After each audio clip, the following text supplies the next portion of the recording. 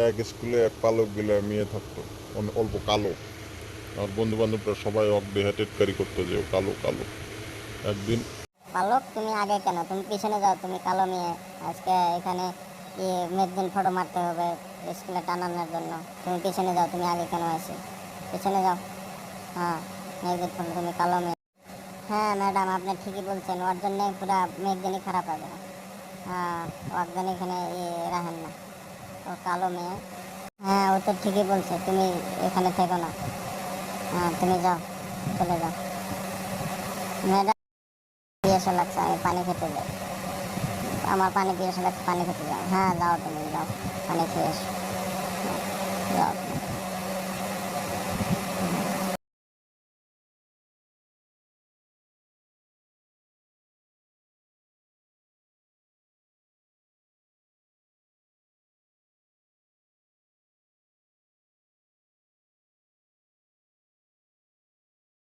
जाए और फोटो थोड़ी अच्छी आ जाए। टीचर की और बच्चों की बातों को सुनकर पलक रोती हुई वॉशरूम की तरफ चली जाती है और वहां जाकर फूट फूट कर रोने लगती है। पलक के माता पिता दोनों नौकरी करते थे और बड़ी मेहनत से पैसे कमाकर उन्होंने पलक का अंग्रेजी मीडियम में एडमिशन करवाया था। इसलिए पलक अपने माता पिता से कभी भी अपना दुख नहीं कहती थी। पलक को दौड़ने का बहुत शौक था। वो रोजाना सुबह स्कूल जाने से पहले दौड़ने का अभ्यास करती थी, पर वो जब भी अपनी टीचर से स्कूल में दौड़ प्रतियोगिता में भाग लेने के लिए कहती थी तो उसकी टीचर उसे साफ मना कर देती थी और बच्चे उस पर हंस देते थे। तू दौड़ेगी? अपनी शक्ल देखी है कभी शीशे में? मैम तुझे कभी भी दौड़ प्रतियोगिता में नहीं लेंगी। आज तक हमेशा से टीना ही विनर रही है और आगे भी रहेगी। इतनी देर में क्लास टीचर भी आ जाती हैं। बच्चों, हमारे स्कूल को बहुत ही बड़े लेवल पर दौड़ प्रतियोगिता के लिए भेजा जा रहा है। टीना, मैंने तुम्हारा नाम प्रिंसिपल मैम को दे दिया है। ओके मैम, मैं आज से ही प्रैक्टिस शुरू कर देती हूँ। मैम, मैं भी दौड़ प्रतियोगिता में भाग लेना चाहती हूँ। नहीं पलक, मैं तुम्हें इस प्रतियोगिता में नहीं ले सकती। तुम देखने में बिल्कुल भी सुंदर नहीं हो, और अगर मैंने तुम्हें इस प्रतियोगिता में ले लिया और तुम हार गई तो प्रिंसिपल मैम मुझ पर गुस्सा होंगी। पलक रोती हुई घर आती है, पर जैसे ही वो अपनी माँ को सामने देखती है, अपने आंसू पोंछ लेती है और खाना खाने बैठ जाती है। पर उसका मन उदास था, इसलिए पलक अगले दिन स्कूल की छुट्टी ले लेती है। उसे पता था कि वो स्कूल जाएगी तो और बच्चों को प्रतियोगिता में जाता देख उसका मन दुखेगा। अरे पलक बिटिया, आज तो स्कूल नहीं जा रही? नहीं माँ, आज बस थोड़ा सिर में दर्द है, इसलिए घर पर आराम करूंगी। कोई बात नहीं पलक बेटिया, तू तो रोजाना ही स्कूल जाती है, आज छुट्टी कर ले और आराम करना।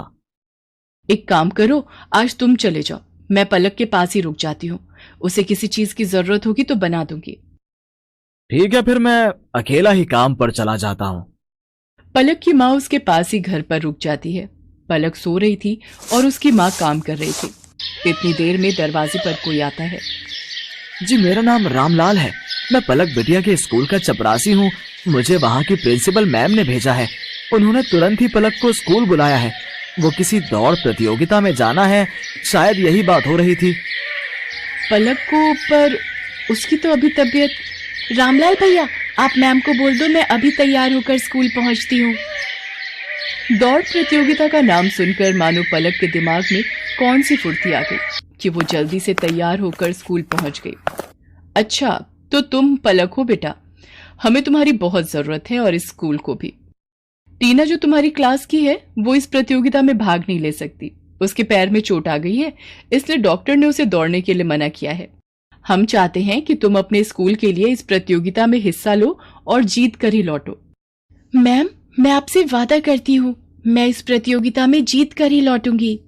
पलक, मुझे माफ कर दो बेटा, मैंने एक टीचर होकर भी तुम्हारे साथ कितना गलत व्यवहार किया। पर आज जब हमारी क्लास की और स्कूल की इज्जत का सवाल है तो हमें तुमसे बेहतर दौड़ प्रतियोगिता के लिए कोई बच्चा नजर ही नहीं आया। मैं जानती थी कि तुम रोजाना सुबह दौड़ने का अभ्यास करती हो, इसीलिए मुझे तुम्हारा नाम सबसे पहले याद आया। मेरी शुभकामनाएं तुम्हारे साथ हैं। पलक, देखना तुम इस प्रतियोगिता में जीत कर ही लौटोगी। Thank you ma'am, thank you so much. मैं आपसे वादा करती हूँ मैं इस प्रतियोगिता में जरूर जीतूंगी। पलक की क्लास के सब बच्चे भी उसे शुभकामनाएं देते हैं और पलक पूरे जोश के साथ दौड़ प्रतियोगिता में हिस्सा लेती है और जीत कर लौटती है। उसकी प्रिंसिपल मैम और क्लास टीचर उसे इनाम में ट्रॉफी देकर सम्मानित करती हैं। ट्रॉफी लेकर पलक घर पहुंचती है। प्रतियोगिता जीतने की खुशी पलक के माता पिता उसके चेहरे पर साफ साफ देख रहे थे। उस दिन के बाद से पलक को कभी भी कोई भी उसके काले रंग के लिए नहीं बोलता था।